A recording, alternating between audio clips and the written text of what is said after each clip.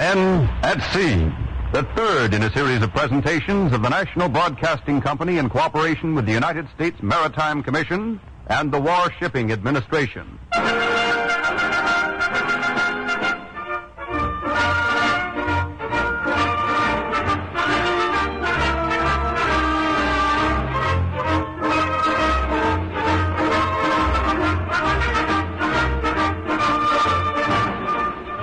Today and in the weeks to come, we will bring you stories of men at sea and of the men who build the ships for the men at sea.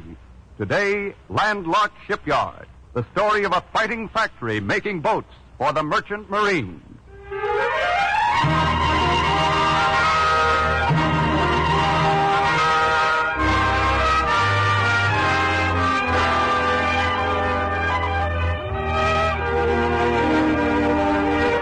The story of our wartime merchant marine is a story of courage and ingenuity. The courage of the men who sail the ships, getting them through to their destination come shell or high water.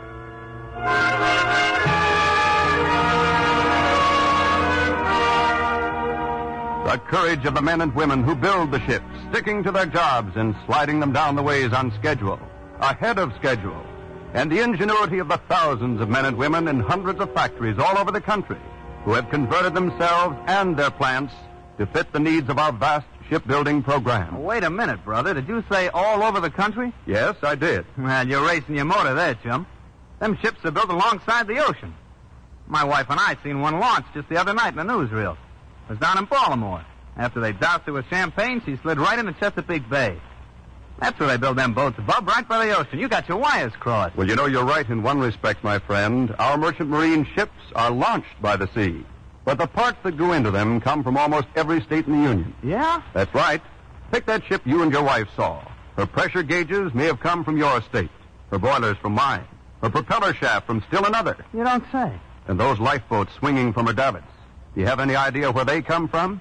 No, where? Well, they were probably made hundreds of miles from the ocean, way out in the Middle West. Oh, now you're going too far. There are no shipyards out there. They weren't made in a shipyard. Those lifeboats were built in a stove factory. Well, what do you know about that?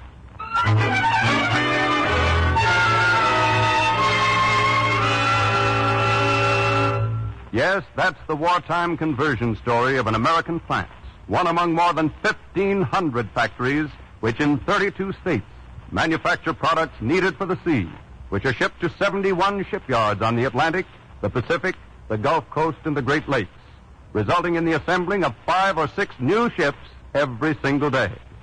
Yet it's one particular plant that we're talking about. So let's go back a few months and drop in out there in the Middle West. It's the lunch hour, and as usual, when men gather for lunch, there's some conversation going on. There's something mighty funny going on around here. First Ennis leaves town, and then he comes back, and Janeway leaves. Then Janeway comes back, and they both leave. And now they're back again. You know what's up, Tom? Well, I can't say as I know, Ben. But a man's got a right to his opinion. What do you think's going on, Tom? Well, we've been going along with this stove model for quite a spell now, Cliff, and it appears to me that we're about due for a change. Now, Fred Janeway being the designer and Mr. Ennis being the president, I'd say that when they get together, we're going to bring out a new model. Yes, and when all the fuss is over, what do we have? Just another stove. Well, what's wrong with the stove? Well, nothing's wrong with them, Dad. But there's a war going on. We can't defend ourselves with stoves. Well, a home-cooked meal's one of the things we'll be defending. Like I always say, stove's the foundation of American life. Sounds like your boy Roger don't want to follow the family trade, Tom. No, that's not it, Ben. But I think there are more important things now. I felt bad enough when the Army turned me down, and the least I could be doing now is defense work. Ah, what's the hurry, Roger? We ain't in the war. Not yet, anyway. Yeah, the war's got nothing to do with it. He's just restless like all young fellas. Last week, he wanted to go down to the city and build airplane motors. Before that, he was all set on going to Chicago to work in the tank plant. You know how it is. Grass is always greener. Well, I recollect when I was a young fellow, I wanted to run away and join a medicine show. Yeah, but I got over it. Hey, get your feet off of that stovetop, Ben. You want to scratch that enamel? Okay, Tom, okay. My gosh, the way you nurse these stoves around, you'd think you were their mother instead of a foreman. Yeah, they get scratched up aplenty when they leave here anyway, Tom. Wait till some contractor starts throwing them around. That don't make any difference. When they go out of here, I don't want no marks on them. There it is, boys. That's to the mine. Ready? Here, let's go, boys. Oh, Mr. Hunter. Oh, hello, Miss Anderson. Hello, Miss Anderson. Mr. Ennis wants you in his office right away. Well, what do you know? You hear that, boys? It looks like I was right. Get ready for a new model.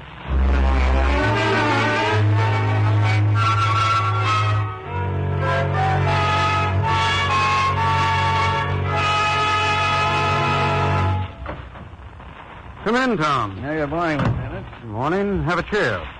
Well, president, general manager, super, Hi, Tom. designer. Hi, Tom. What is this? Am I on the carpet? No, Tom, you're not on the carpet, or rather, we're all on it. We've got to get our heads together and fast. Well, I'm raring to go, Mr. Ennis. We wouldn't be going to bring out a new model by any chance, would we? Yes, it's a new model, all right, Tom. Show him those drawings, Fred. Here she is, Tom. Front, side, and top. What's this thing? It's a lifeboat, Tom. A lifeboat? What are we going to do with a lifeboat? We're going to build it, Tom. You're going to what? Build it. But we ain't equipped to build boats, Mr. Ennis. Stove making's our line. Was our line, Tom. This country's got to arm itself in a big hurry, and to do that job, every factory, big and small, has to think along new lines in terms of new products. War products. Yeah, I suppose that's right, Mr. Ennis, but what's the connection between us and lifeboats? Well, there ain't enough water around this town to float a cigar box. We'll build them first, Tom, and worry about floating them later. As far as our connection with lifeboats is concerned, we were lucky. Fred here had some experience designing a lifeboat during the last war. So he designed this boat. We took it to the United States Maritime Commission in Washington, and bingo, we're in the lifeboat business. Now we've got to get into production as soon as possible. Gosh, Mr. Ennis, I wouldn't know where to start. I've never built anything but stoves. Yes, I know, Tom. Your family's been making stoves for over 100 years, and so is mine. But now we've a new job. Clarkson. Yes, sir? I want you to contact every boat plant that you can, study their equipment, and see just how many changes we're going to have to make. Horton. Yeah? I want you to work with him, and as soon as he's decided on what we need, buy it. And Fred, you'll go over your design with Clarkson and see how much of our present machinery we can use or convert. And Tom... Yes, Mr. Ennis? I want you to clear our stoves out of here just as fast as you know how. Well, now that everybody has his assignment, let's get going. You going back down to the shop, Tom? Yeah, come on. So this was your cockeyed idea, huh, Fred? Nothing cockeyed about it, Tom. We're just going to quit building stoves and make lifeboats. Lifeboats. Whoever saw a lifeboat out here in the middle of the prairie?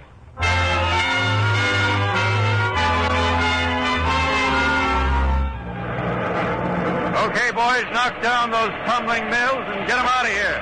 This is where we're going to put the new rust-proofing tank.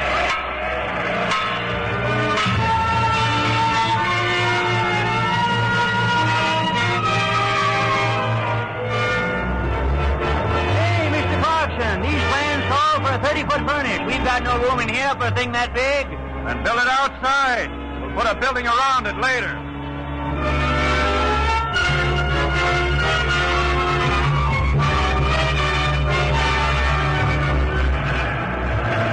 I want all these snapping machines moved over against the wall. There's a new press coming in here. Just one press? Why can't we put it against the wall? Why? Because it's a 260,000-pounder. Big enough to stamp out a whole quarter section of a boat in one stroke. A 260,000-pounder? Good gravy.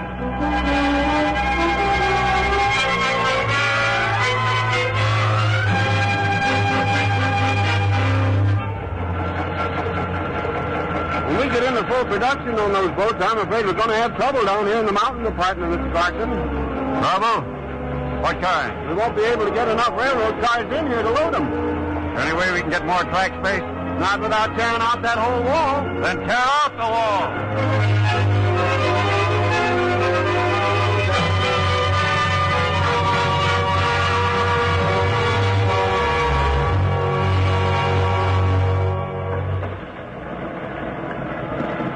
Well, there it is, all finished, Dad.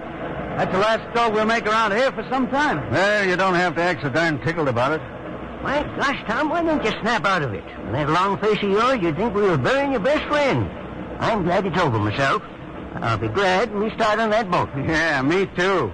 Hey, shall we put a wreath in this stove, Tom, and have a little service? Now, boys, it's no laughing matter. In the first place, I ain't at all sure we can build that number one boat.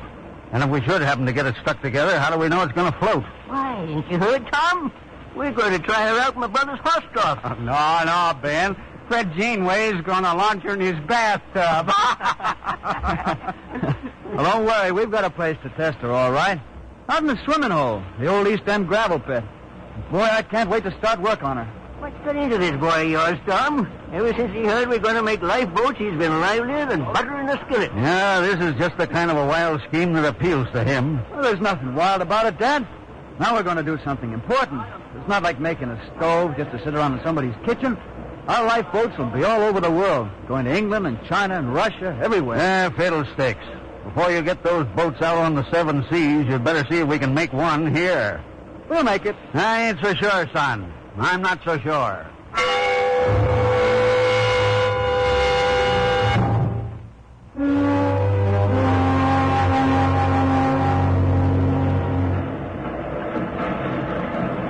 What'd I tell you, Dad?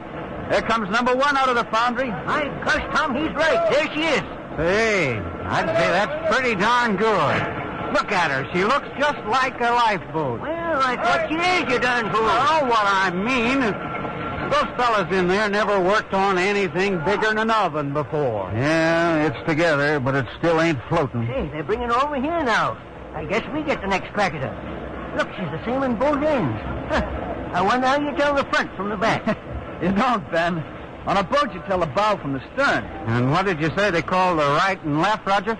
Starboard and port. John, you don't sound like the Admiral himself, Roger. Where'd you learn all that? Oh, I don't know anything about it, really. I just talked a lot to Mr. Janeway, and he let me read a few of his books.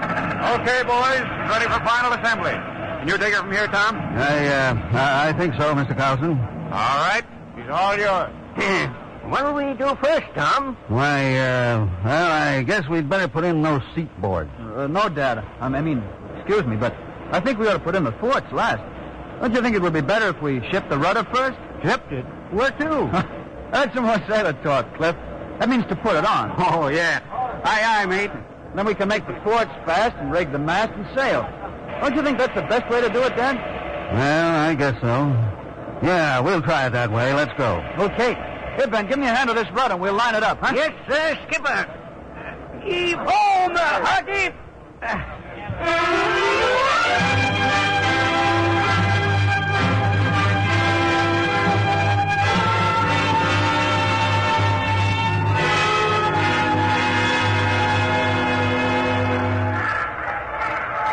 Here comes the truck. Yeah. Look at old number one sitting up there, going in for a dip in the old swimming hole. Gosh, look how she gleams in that sun. And she looks trim, Dad. Yeah, she ain't floating yet. Oh, why don't you quit hanging crepe, Tom? I ain't much of a one to get excited over my job, but when I caught sight of number one there and got to thinking I had a hand in beating her, building her, by gosh, I got duck bug. Well, a boat's a boat. Until I see her in the water, you ain't going to catch me getting excited. Hey, quiet. Mr. Ennis is going to say something. May I have your attention, please? This is no time for speech-making, so I'm going to be brief and to the point. You've all heard the news this morning from the Philippines. It means just one thing. We're at war now, and we've got a tough job ahead of us if we're going to win it. We're out here to see if we started our job right. If lifeboat number one is seaworthy, that's fine. We're off to a good beginning. But remember, it's just the beginning. And until our merchant marine can sail the seas once more in peace, it's up to every one of us to give his very best. Are you ready over there, Clarkson? All set, Mr. Ennis. All right. Lower away. There she goes. Hey, they're letting the front end down too fast. That's the bow. Besides, they got her straightened out now. Hey, look. She's in the water now. She's on her own. Hooray for number one. Look at her. She floats. Oh, she floats to big galoot. What do you expect her to do? Dive under like a mud hen? She's beautiful. Beautiful. What do you think of number one now, Tom? Are you convinced? Well, what's so big about her floating? That's what she's supposed to do, ain't it? I never saw such a guy. Hey, look. Bob Ferris and those fellas are getting in there with the paddles. Those are oars, Ben. Well, whatever they are, they're going to do something. Let's stick around and watch. No, let's get back, Ben. What for? What's your rush? Let's get started on lifeboat number 2, huh?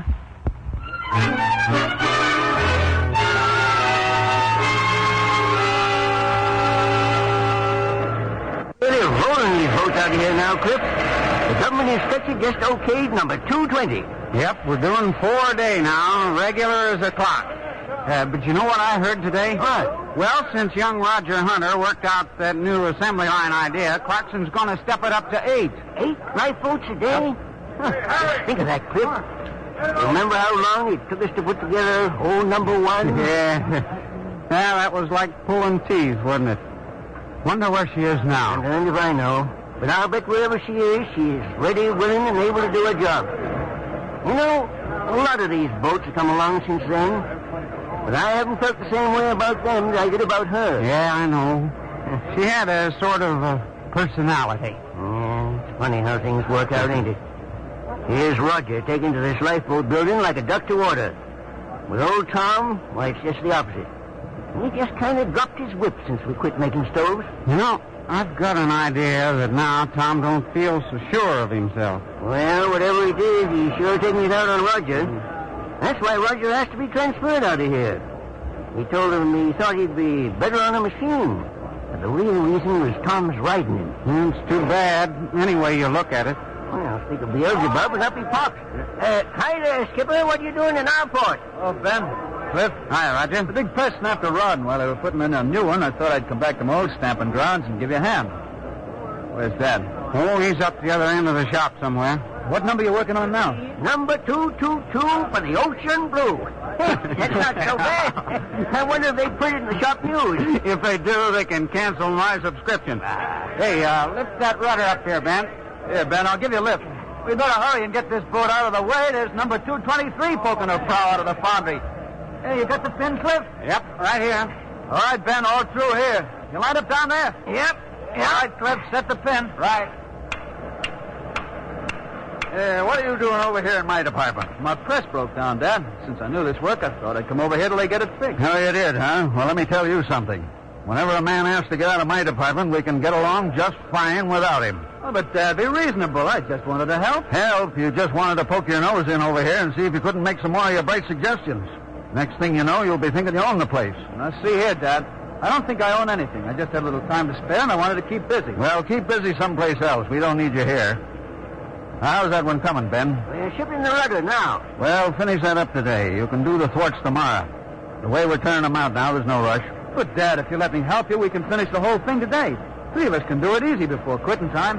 Ben, you and Cliff finish the rudder today. Okay. Let the rest go till tomorrow. Dad, do you know what you're doing? You're holding back a lifeboat that our merchant seamen need. It means lives, Dad.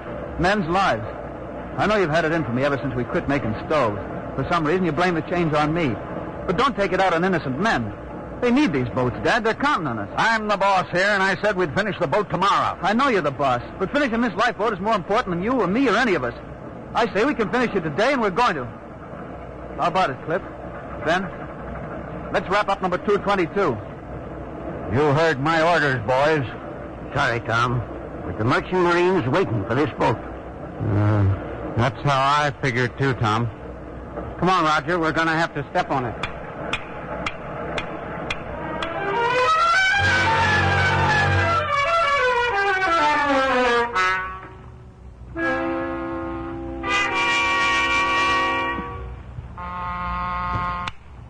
Yes? Tom Hunter wants to see you, Mr. Ennis. Tom Hunter. Is anything wrong in the plant? No, he wants to see you on a personal matter. Oh, all right. Send him in. Come in. Well, hello there, Tom. Glad to see you. Hello, Mr. Ennis. Come on, right in. It's the first time in a month of Sunday you dropped in on me. Sit down. Oh, what's on your mind? Well, I don't know quite how to say it, Mr. Ennis, but you see, I want to quit.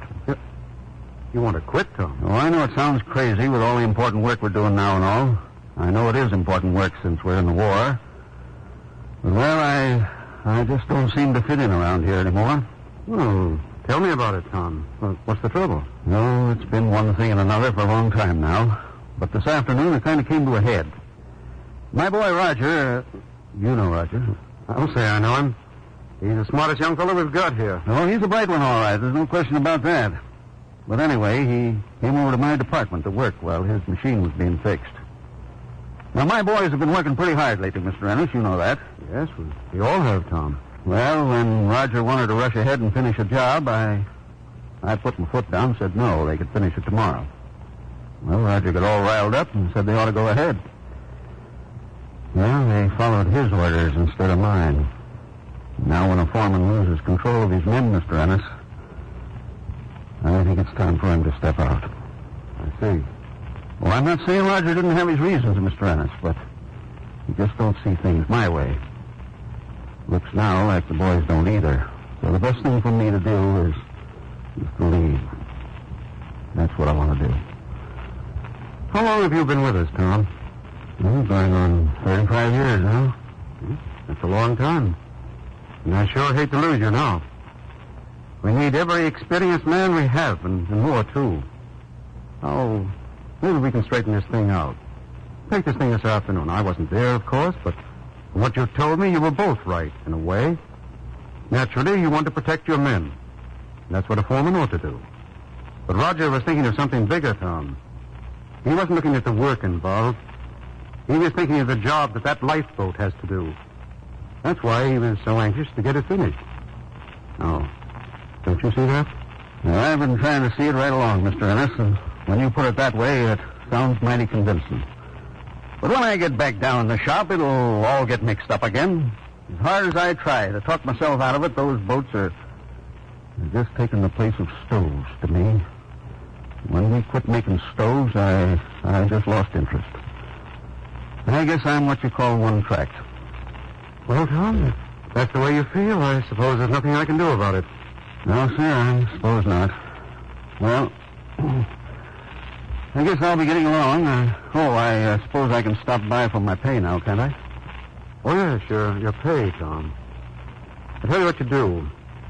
Suppose you come by tomorrow morning about 10 o'clock and pick it up. Don't go to the cashier. Come up here and I'll give it to you personally. All right, Mr. Ennis. I'll be here about 10. Goodbye. Goodbye, Tom.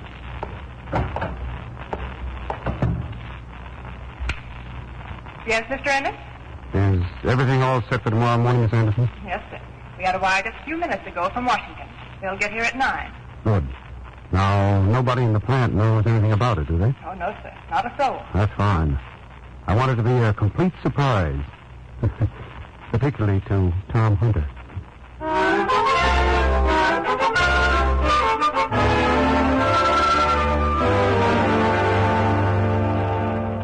Well, good morning, Mr. Hunter. Good morning. Mr. Emerson? No, he's out in the plant, Mr. Hunter. But he left word for you to come right out as soon as you arrived. Say, what in the heck's going on around here, Miss Anderson? Flags hanging all over the place and big speakers standing out there in the yard? What is this, a factory or a 4th of July picnic? Oh, I haven't any idea, Mr. Hunter. Maybe Mr. Ennis will know.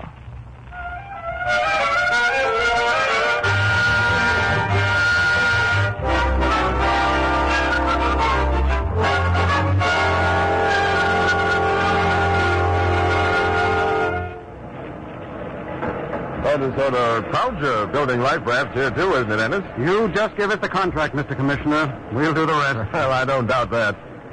You know, the first day you walked into my office with those lifeboat drawings and said you were from the prairies, I had a hard time to keep from laughing. But after the job you've done, I'd take seriously as you told me you were going to build a battleship out here. You've done a remarkable job, Ennis. Remarkable. Don't you think so, Bradley? It's on account of their job that I'm here today, Commissioner. Hello, Mr. Ennis. I'm here. Oh, hello, Tom.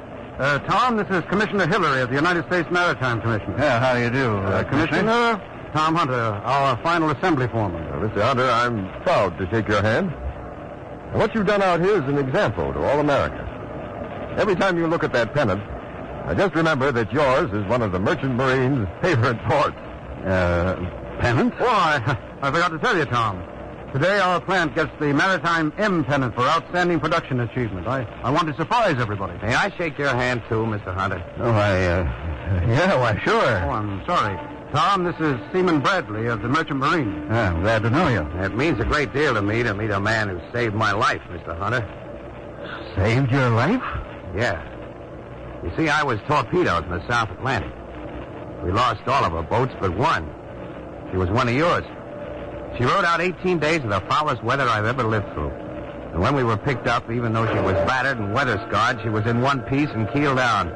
So that's what I mean, Mr. Hunter. You people out here may not realize it, being away from the ocean like you are, but you saved my life and hundreds of others, just as sure as if you'd fished us out of the wet yourselves. Oh, by the way, Mr. Bradley, Tom might be interested to know which boat it was that you were in. She was number one, Mr. Ennis. I'll remember that old brass number plate as long as I live. Number one? You mean our first one, Mr. Ennis? That's right, Tom. And since then, a lot more of our boats have gone through the same thing. Yeah, but there'll never be another boat like her, Mr. Ennis. After all those days we spent in her, we got to love her like the finest liner ever built. I don't know. I guess she had personality. Hey, we'd better get down to the speaker stand. We'll be late.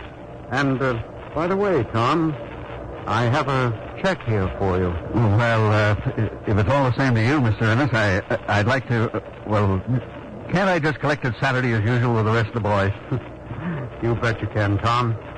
I'm tickled to death to hear it. Oh, thanks. Well, I better be getting back to work. But Tom, it's almost time for the ceremony. Yeah, we can build a couple of more boats between now and then.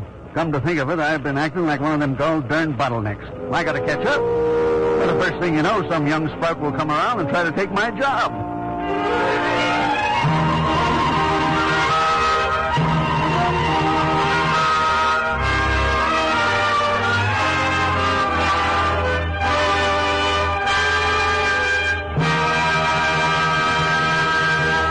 Our shipbuilding progress is one of the miracles of American production, a miracle that is being achieved by nationwide cooperation. Overnight, peacetime industry converts to wartime production. Peacetime workers convert to wartime laborers. Overnight, our shipbuilding accomplishments become the admiration of our allies, the envy and dread of our enemies. Today, our shipyards face a grave problem. Workers are needed, men and women, more and more of them, skilled and unskilled, to maintain our high tempo in shipbuilding. If you are not now employed at your highest skill in a critical industry, there's a job for you at the nearest shipyard. If you are unskilled, you will be trained for a vital place in war production. Many of these jobs can be filled by women, must be filled by women. And a woman with a trade will find that she can play a more important role in helping to win the war. Go to your local shipyard or the local office of the United States Employment Service and inquire about your place in our shipbuilding program. You will be paid well and trained for advancement. Remember, your local shipyard or the local office of the United States Employment Service. Don't miss the boat. Help build the ships to crush the Axis. Ladies and gentlemen, this story of a landlocked shipyard was written by Harry Bailey. It was the third in a series of programs offered as a public service by the National Broadcasting Company and the independent radio stations associated with the NBC network in cooperation with the United States Maritime Commission and the War Shipping Administration. The cast of tonight's performance included Bennett Kilpack, Harold Vermillier, Rod Hendrickson, Bernard Lenroll, Flora Campbell, Stotts Cotsworth, Maurice Minnick, Roger DeKoven, Ian McAllister, Barry Hopkins, Mendel Kramer, and Alan Stevenson. The special musical score was composed by Leo Kempinski, conducted by Merle Kendrick. The Song of the Victory Fleet was composed by Leonard Whitcomb. The production was under the direction of William M. Sweets. This is George Putnam speaking.